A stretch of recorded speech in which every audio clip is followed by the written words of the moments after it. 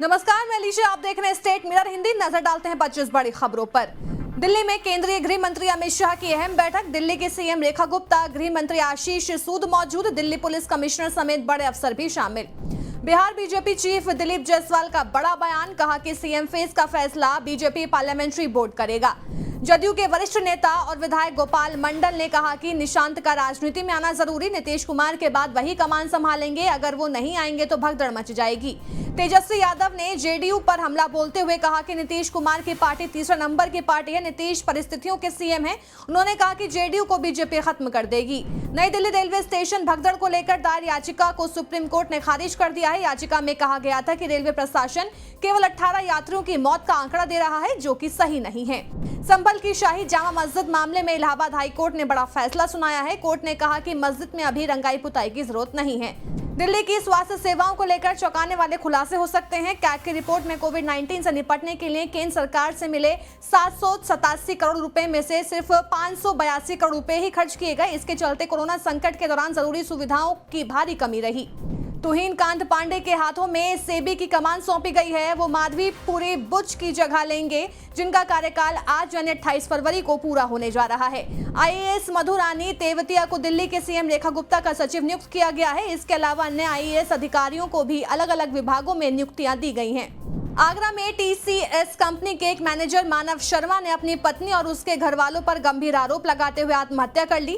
Suicide से पहले युवक ने 7 मिनट का वीडियो जारी किया है, जिसमें उसने पत्नी द्वारा टॉर्चर किए जाने का जिक्र किया है।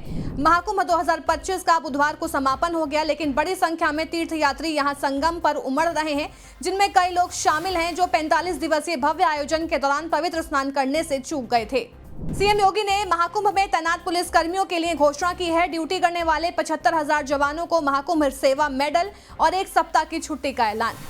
कांग्रेस नेतृत्व ने असम के अपने वरिष्ठ नेताओं के साथ बैठक की, जिसमें अगले साल होने वाले विधानसभा चुनावों के लिए रणनीति पर विस्तार से चर्चा की। असम कांग्रेस के अध्यक्ष भूपेन कुमार बोरा ने कहा कि हम एक स्वर में हेमंत बिस्व शर्मा की भ्रष्ट सरकार के खिलाफ लड़ेंगे। हमने पार्टी आलाकमान के सामने हेमंत बिस्व शर्मा के भ्रष्टाचार की पूरी फाइल पेश की है। पुणे रेप केस का आरोपी स्वारगेट बस स्टेशन पर शिरूर में हिरासत में लिया गया। आरोपी ने बस के अंदर 26 साल की महिला से कथित तौर पर बलात्कार किया था। शिवसेना यूबीटी के अध्यक्ष उद्धव ठाकरे ने महाराष्ट्र के उप मुख्यमंत्री एकनाथ शिंदे पर निशाना साधा। उन्होंने कहा कि गंगा में डुबकी लगाने से पाप नहीं धुलता। मुंबई पुलिस की ईओडब्ल्यू ने न्यू इंडिया कोऑपरेटिव बैंक के 122 करोड़ के गबन मामले में एक और गिरफ्तारी कर ली है। नगर कुर्नूल की सुरंग में रेस्क्यू जारी, एक हिस्सा ढहने के बाद 8 श्रमिक फंसे हुए हैं। देश भर के कई राज्यों में बदला मौसम का मिजाज, पहाड़ों पर हो रही बर्फबारी। दिल्ली एनसीआर में मौसम विभाग ने बिजली कड़कने के साथ तेज बारिश की संभावना जताई है। शेयर बाजार में ऐतिहासिक गिरावट देखी गई है। सेंसेक्स में 785 अंकों की गिरावट देखी गई है, तो वहीं निफ्टी में 22,545 पर फिसल गया है।